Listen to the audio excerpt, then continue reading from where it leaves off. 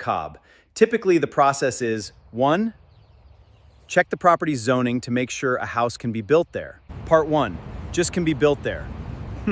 For Cobb, the process is 1. Check the property's zoning. Make sure a house can be built there. Make sure a house can be built there.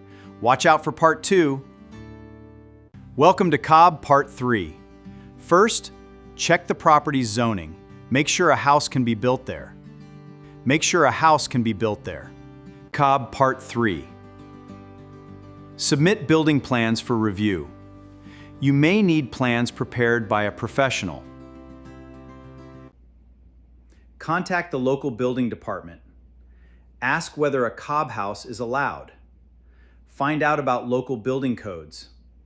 Schedule inspections during construction as required by the permit. This ensures your Cobb home is safe and up to code. Obtain a building permit. Do this before starting construction.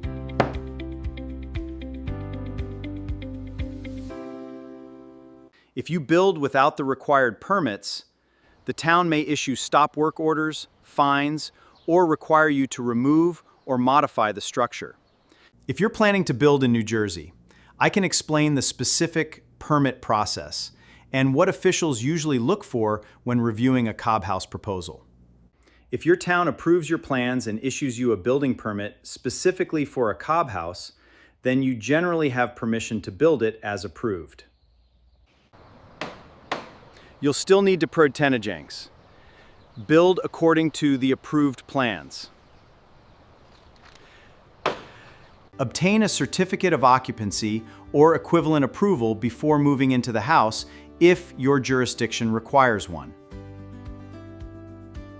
You need to schedule required inspections, such as foundation and framing, also electrical and plumbing, then the final inspection. Welcome back to part 10 of our Cobb build. Make sure you follow all your permit conditions. See you on the next one. Once the project passes all required inspections and receives final approval, your Cobb house is generally considered a legal, permitted home under your local regulations. Getting a permit doesn't mean you can change the design however you want during construction. If you want to make significant changes, you usually need the building department to approve those changes first. Step 14. Apply for permits. Submit your building plans to your town's construction office. To show code compliance for Cobb, you may need engineering documents showing it meets the intent of the building code. If you're building a Cobb house in New Jersey, here's what the process generally looks like. 1. Confirm zoning. Make sure your property is zoned for a single-family home. Step 5 is all about completing inspections. The town checks our work at required stages. We passed! We passed! We finally received our building permit! Once approved, you can begin construction. Now we can start our Cobb project. Let's get building. Cobb Part 18. Get a certificate. After the final inspection, you'll receive approval. Now we can finally live here. This is option 1. An earthen floor is the most common method. It's made from clay, sand, and natural fibers, giving you a beautiful, smooth finish. Many New Jersey towns have little experience with Cobb houses, so they may ask for additional documentation compared with a conventional wood-framed home. Cobb Part 20. That doesn't necessarily mean a Cobb house isn't allowed. It means you'll likely need to demonstrate that it meets applicable safety requirements. If you tell me which town in New Jersey you're planning to build in, for example, Barnegat, Stafford Township, Tuckerton, or another municipality, what local offices you'd contact and what permits are typically required. Let's make an earthen floor. We mix clay, sand, and fiber. Seal it with natural oil. Beautiful and durable. Cobb Part 25. Here is our plywood subfloor. The Cobb walls are supported on the engineered foundation. They don't sit directly on the wood. Cobb Part 24, Option 2, Concrete Slab. Some modern Cobb homes use a reinforced concrete slab. This includes insulation and a moisture barrier. Cobb walls sit on a raised. If you're interested in a 35 by 35 foot Cobb house, I can show you a typical cross-section floor, and wall layout and explain how the pieces fit together. Cobb Part 24, Raised Wood Floor. If the site is sloped, you can build a conventional foundation. Wood floor joists span between supports. Cobb Part 25. The cob walls themselves are very heavy, so the foundation must be designed to carry that weight safely. Sometimes red clay is right at the surface. In other places, you might have to dig several feet. And some locations have no clay at all. Always test your soil before building. If you're planning to build in New Jersey, especially around Ocean County or nearby, I can explain what the local soils are like and whether you're likely to find suitable clay on your property. Sand helps reduce cracking and adds strength. Many clay soils need extra sand. Mixed in? A common first step is to remove the topsoil. Then, test the subsoil for clay. This looks perfect for cob. This is red dirt. It is rich in clay. Clay binds the cob together. Perfect. See? For cob construction, what matters is finding soil with a suitable mix. It needs clay and sand, not necessarily red color. Excellent cob soil is brown, yellow, gray, or tan. Test your soil and start building. Add water gradually until it is workable. Chopped straw acts like natural reinforcement. It's just like fibers in reinforced concrete. This helps hold the cob together. Not all red dirt is suitable. Some have too much clay, some too little. Perform a simple jar test. Or make test bricks to determine what you need. Let's make a cohesive mix. Use 1 part of clay-rich soil, add 2 to 3 parts of sand, toss in plenty of chopped straw, pour just enough water in to make it hold together. The best recipe depends on the clay content of your local soil, rather than a fixed formula.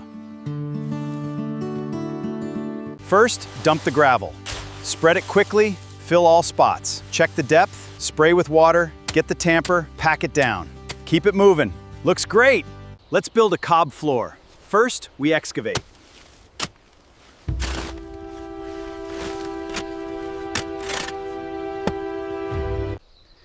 The exact proportions vary depending on the soil.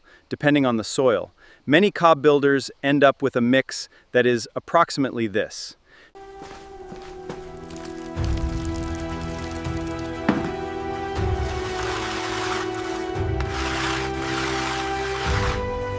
Add insulation if needed for your climate.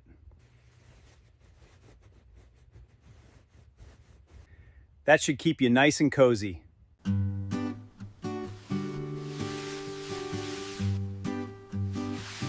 This protects the wood. All right, that is done. Now we let it dry thoroughly. Perfect.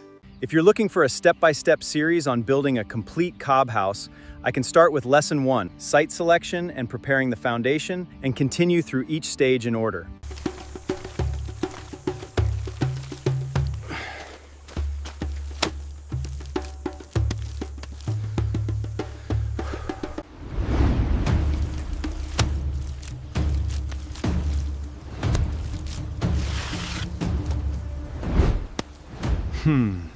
If you meant a raised wooden floor, the construction is different. The wood floor is supported by a foundation, while the cob walls are built on a foundation designed to carry their weight.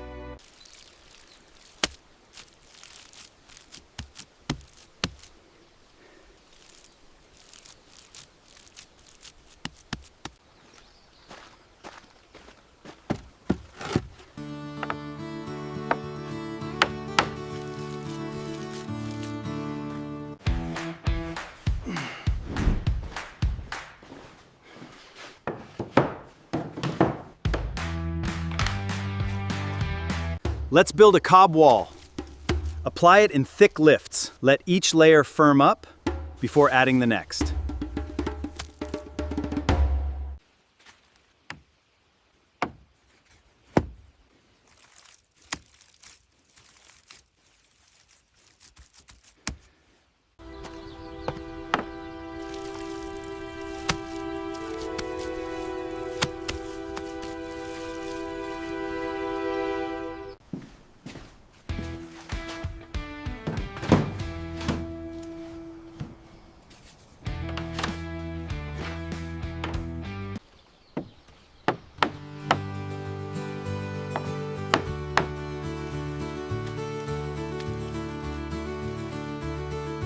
Today, we install the window frames.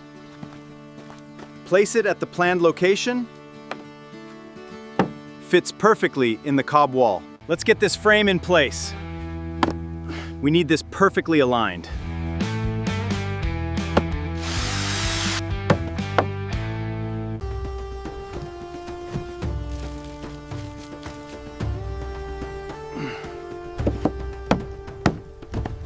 This carries the weight.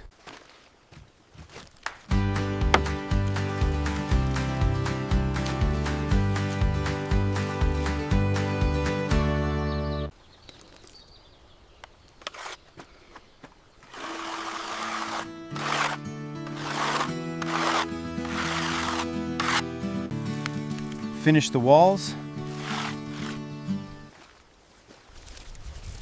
and let the cob dry completely. Because cob walls support a great deal of weight, everything must meet local building requirements. Everything must meet local building requirements. If your goal is a 35 by 35 foot cob house, I can create a complete lesson series that starts with the foundation and continues through the walls, windows, doors. We must let the cob gain strength.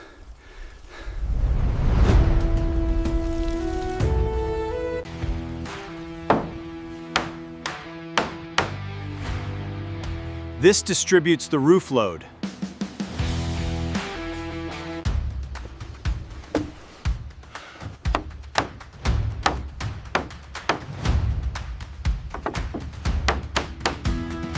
Let's toss this.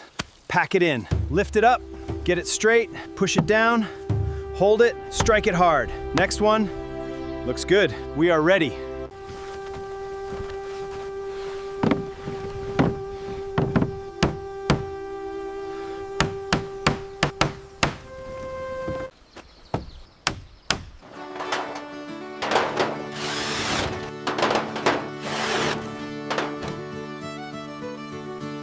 When building with cob, you must include generous overhangs.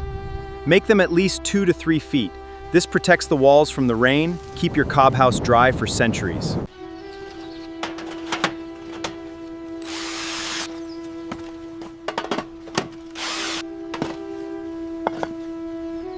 The roof is one of the most important parts of a cob house because protecting the walls from moisture greatly improves the building's longevity.